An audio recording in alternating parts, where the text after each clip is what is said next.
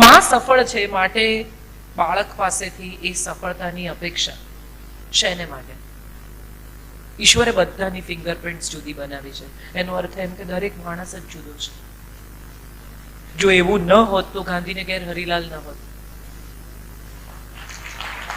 જેણે પ્રેમનું પ્રતીક બાંધ્યું, જે જોવા લોકો વિશ્વભરમાંથી જાય છે, એના દીકરાએ મ્યુઝિકની ઠાઠડી કાઢી અને પોતાના 4 ભાઈઓને વધેરી નાખ્યા.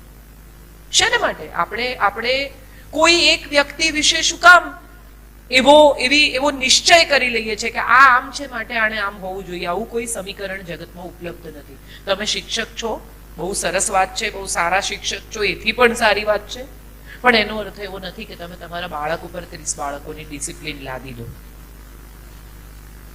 શાંતિથી એને પણ એના વિસ્મય સાથે, એના કુતૂહલ સાથે, એના બાળપણ સાથે ઉછેરવા દો. એ તોફાન નહીં કરે તો કોણ કરશે?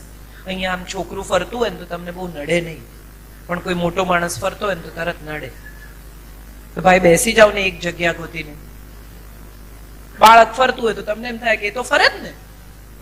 ફુગ્ગો લઈને બચ્ચું દોડતું હોય તો સરસ લાગે, કોઈ બેન દોડતા હોય તો. બહુ સરળ વાત છે કે એનું બાળપણ એનો અધિકાર છે. એટલે એક શિક્ષક અને એક વાલીમાં હંમેશા આ ફરક જાળવી રાખજો કે ઘેર આવો ને પછી વાલી થઈ જજો, પછી શિક્ષક થવાનો પ્રયત્ન નહીં કરતા. આવી મારી એક બહુ નમ્ર સલાહ છે. અને આ સલાહ મારા જ્ઞાનમાંથી આવી છે, કારણ કે મારી માં ટીચર હતી. જેને પહોંચશે એને પહોંચી જશે. પણ આ બહુ મહત્વની વાત મારે તમને કહેવી છે. 12મા ધોરણમાં સાયન્સ જ લેવાનું છે એવું કરીને મને સાયન્સ લેવડાવ્યું. પુષ્કળ માર્ક મરીને હું લઈને આવી અને પછી મેં એમ કહ્યું કે હવે મારે આર્ટ્સ લેવું છે. ત્યારે મને ઘરમાંથી કાઢી મૂકવા સુધી પણ એ લોકો પહોંચી ગયેલા કે તો ઘરમાં જ નહીં રહેવા દઉં. પણ હું બહુ ખરાબ ડોક્ટર થઈ હોત એવી મને ખબર છે. તમે ઘરમાં તમારા દવાખાનામાં દાખલ થાઓ અને 25 જણા આમ ઉતરેલા મોઢે બેઠા હોય. અહીંયા તમે કેટલા આનંદથી મને સાંભળો છો. તમારા ચહેરા પર આનંદ છે તો મારા ચહેરા પર છે. તમે વિચાર કરો કે તમે દવાખાનામાં એન્ટર કરો ને 25 જણા આવડું મોડું કરીને આમ બેઠા હોય અને તમે ગમે એટલી દવા આપો, એમાં 3 એવા હોય કે જે તમને એમ કે આરામ થતો નથી. કરીને તમે થાકી જાઓ, જાતની દવાઓ આપો. અને એક ડોક્ટર ને વકીલ, આ 2 જણાની એક વાત તમને ખબર છે? 2 જણા જીવનભર પ્રેક્ટિસ જ કરે, પરફેક્ટ થાય જ નહીં. શું કરો છો? તો કે પ્રેક્ટિસ કરું છું આપણા ઉપર. એટલે હું ખરાબ ડોક્ટર થઈ હોત, સારી ન થઈ હોત. વક્તા સારી છું એમ માનું છું તમારી હાજરી જોઈને. જે તમે એમ ધારો કે તમે ગણિતના શિક્ષક છો માટે તમારા બાળકનું ગણિત સારું હોવું જોઈએ, આવું કઈ જરૂરી નથી. તમે અંગ્રેજીના શિક્ષક છો માટે તમારા બાળકે ફર્રાતેદાર અંગ્રેજી બોલ, આવું કાંઈ જરૂરી નથી. તમારું ગુજરાતી બહુ સારું છે માટે બાળકની જોડણી સાચી હોવી જોઈએ. પછી માં ફૂટ પટ્ટી લઈને બેસે. કેટલી વાર શીખવાડ્યું, યની પહેલા રસવા આવે, લખ નારિયેળ. કોઈ દિવસ નહીં લખે, આખી જિંદગી ખોટી જોડણી લખશે. કેમ? કારણ કે એને ફૂટ પટ્ટી દેખાશે, માં નહીં.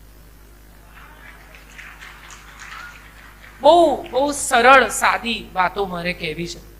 હું જિંદગી બહુ સરળ રીતે જીવવામાં માનું છું. બહુ ગૂંચવી તો આપણે જ કાઢીએ છીએ જિંદગી, સંબંધોને, જિંદગીને, પરિસ્થિતિને. ગૂંચવવી એ આપણો શોખ છે આપણને બધાને. હું કેટલાય લોકોને, મારી એક બેનપણી છે, એને હમણાં વચ્ચે એક દિવસ મેં એને ફોન કર્યો, મેં કીધું ગુડ મોર્નિંગ. તો કે what is so good about today's morning? એટલે મેં એને કહ્યું, મેં કીધું પાટા ઉપર ટોયલેટ જવું પડે છે? તો કે ના. રેશનની લાઈનમાં ઉભા રહેવાનું છે 10:30 વાગે? તો કે ના. તું ઘાસ તેલ નહીં મળે તો શું રાંધીશ એવો સવાલ થાય છે? તો કે ના. મેં કીધું બસ, તો this is good about today's morning. જિંદગી સરળ છે, સંબંધો પણ સરળ છે. ખાસ કરીને પતિ પત્ની બંને શિક્ષક હોય ને ત્યારે મેં જોયું છે એમના સંબંધોમાં પણ ગૂંચ આવતી હોય છે. ના હોય તો તમારે એકલાની વાત છે, હું તો જનરલ વાત કરું છું. હું તો જનરલ વાત કરું છું. આમાં કોઈ એક વ્યક્તિને આપણે ટાર્ગેટ ક્યાં કરીએ છીએ? સિંગલ કેસ તો કેવી રીતે ઉપાડીએ સાહેબ?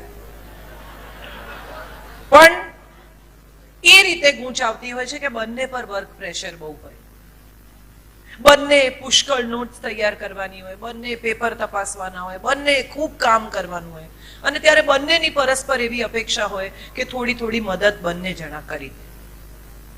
ત્યારે દરેક વખતે આ લાગણી થતી હોય છે કે હું પણ કામ કરું છું.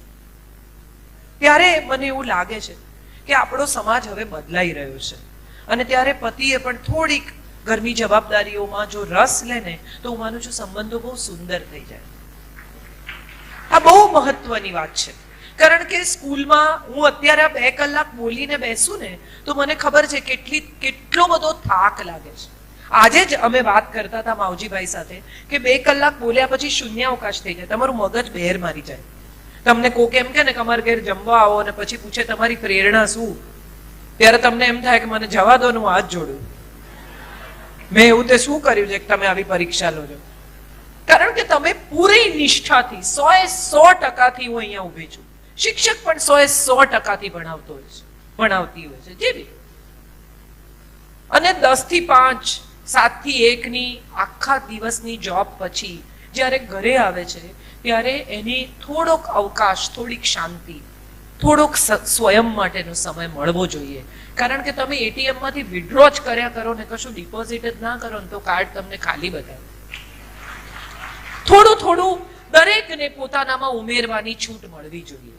અને આ છૂટ શું છે એ તો પરસ્પર જ શોધવું પડે. પત્નીને સંગીત ગમતું હોય તો થોડી વાર ભલે મ્યુઝિક સાંભળે. આ બંધ કર, હું પેપર તપાસું છું. ના, પ્લીઝ. પતિને કદાચ સંગીત ગમતું હોય તો પત્ની કે હું રાગડા તાણો છું શાસ્ત્રીય સંગીતના, એને વાંચવાનો શોખ હોય, લાઈટ બંધ કરો મારે સવારની સ્કૂલ છે.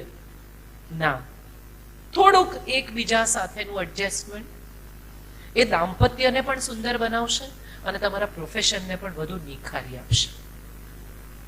2 જણાએ સાયુજ્યથી જીવવું એવું નક્કી કરીને પરણેલા, જ્યારે પણ પરણેલા. બધા લગ્નો થાય છે ત્યારે કોણ આવ્યું હતું, કોણ નહોતું આવ્યું, સાડી કઈ પહેરી હતી, કોનું કવર ખાલી નીકળ્યું, આવું બધું તમને 20-20 વર્ષ યાદ રહે. જમવાનું શું હતું, તુરિયાનું શાક સહેજ બગડી ગયેલું, આવું પણ તમને યાદ રહે. પણ 7 વચન જે આપ્યા ને લીધા એ કોઈને તમે પૂછો કે યાદ છે, હમણાં કહેશે આ મને યાદ છે, પણ આ તમારી વાત નથી, આ જનરલ વાત છે. ના ભાઈ, હું જનરલ વાત કરું છું. આમાં પાછું તરત એ પોતાની નોંધાવશે. એટલે મૂળ વાત એટલી જ છે કે મોટા ભાગના લોકોને આ વચનો યાદ નથી. આ વચનો બહુ સુંદર છે. અને શિક્ષક જ્યારે સમાજની ધરોહર છે, બહુ સરસ કહ્યું ભૂપેન્દ્રસિંહજીએ કે શિક્ષક સમાજની ધરોહર છે, પાયો છે. અને એ જ શિક્ષકનું દાંપત્ય જીવન, એનું ઘર, એની ઇમોશનલ લાઈફ જો ક્લેશમય હોય ને તો એ બીજે દિવસે સ્કૂલમાં જઈને ક્યાંય કશે પણ આનંદથી બાળક સાથે ડીલ નહીં કરી શકે. ફ્રસ્ટ્રેશન માણસનો સ્વભાવ છે. કોઈ ફ્રસ્ટ્રેશન પકડી શકતું નથી, તમારે કાઢી જ નાખવું પડે. અને સૌથી સોફ્ટ ટાર્ગેટ કોણ છે? પેલા નાના બાળકો જે રિએક્ટ નથી કરવા. શિક્ષા કરવાનો અધિકાર છે, તમારું ફ્રસ્ટ્રેશન કાઢવાનો અધિકાર નથી. તમે ઘેરથી ચીડાઈને, અકળાઈને, કંટાળેલા આવ્યા હોવ અને બચ્ચું બિચારું માર ખાય, ધેટ્સ નોટ ફેર. એવી જ રીતે સ્કૂલમાંથી કંટાળેલા, ચીડાયેલા તમે આવ્યા હો અને બાળક તમારું માર ખાય, એ પણ બરોબર નથી. વ્યક્તિ તરીકે તમારે એબ્સોર્બ કરતા શીખવું પડશે. શિક્ષક બ્લોટિંગ પેપર છે તમામ ફ્રસ્ટ્રેશન્સનો, બાળકના પણ અને પોતાના પણ. આ એને ચૂસી લેવો પડશે, પોતાનું ફ્રસ્ટ્રેશન, પોતાની તકલીફ. એને હક નથી કે આવી રીતે કોઈના પર કાઢે. અને માટે જો આ જનરેટ જ ન થાય તો ઉત્તમ પરિસ્થિતિનું નિર્માણ થઈ શકે. આવું મારે કહેવું છે. દાંપત્ય જીવન સુખી હોય, ઘર સુખી હોય, શાંતિ હોય તો કદાચ એક શિક્ષક બેટર પરફોર્મ કરી શકે. અને છેલ્લી આખરી વાત જે મારે કરવી છે શિક્ષક વિશે, એ કરવી છે કે આ દેશે શિક્ષકને, ખાસ કરીને પ્રાથમિક શિક્ષકને, સોલ્જરને અને પોલીસને રિસ્પેક્ટ કરતા શીખવું પડશે. અમેરિકામાં તમે જો કોઈ વિમાનમાં સોલ્જર દાખલ થાય ને તો બેઠેલા બધા જ લોકો ઊભા થઈ અને એને માન આપે, કારણ કે દેશની રક્ષા કરે છે. આપણે પોલીસો સાથે કયો વ્યવહાર કરીએ છીએ? કરપ્ટ છે, કરપ્ટ છે.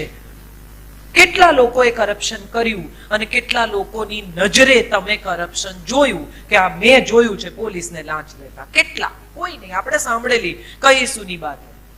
3 જણાએ કીધું કે પોલીસ કરપ્ટ છે એટલે પોલીસ કરપ્ટ છે.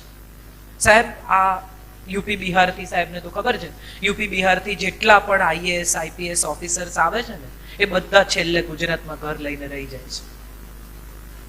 એક વાર જેનું ગુજરાતમાં પોસ્ટિંગ થયું એ ગુજરાત છોડતા નથી. ગુજરાતની દીકરીઓ 2 વાગે 3 વાગે ગરબા રમીને 2 વ્હીલર પર 2 છોકરીઓ એકલી આવે. આ કોની કમાલ છે?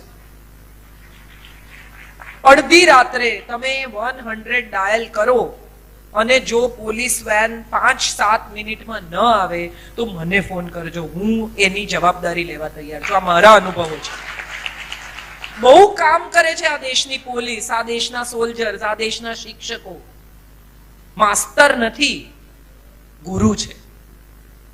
સન્માન કરતા આપણે શીખવું પડશે. આવું મને લાગે છે કે આ 3 લોકોનું બહુ સન્માન કરો, અને જે દિવસે જે દેશમાં આ 3 વિંગનું સન્માન થશે ને, એ દિવસે એ દેશનો સાચો વિકાસ થશે.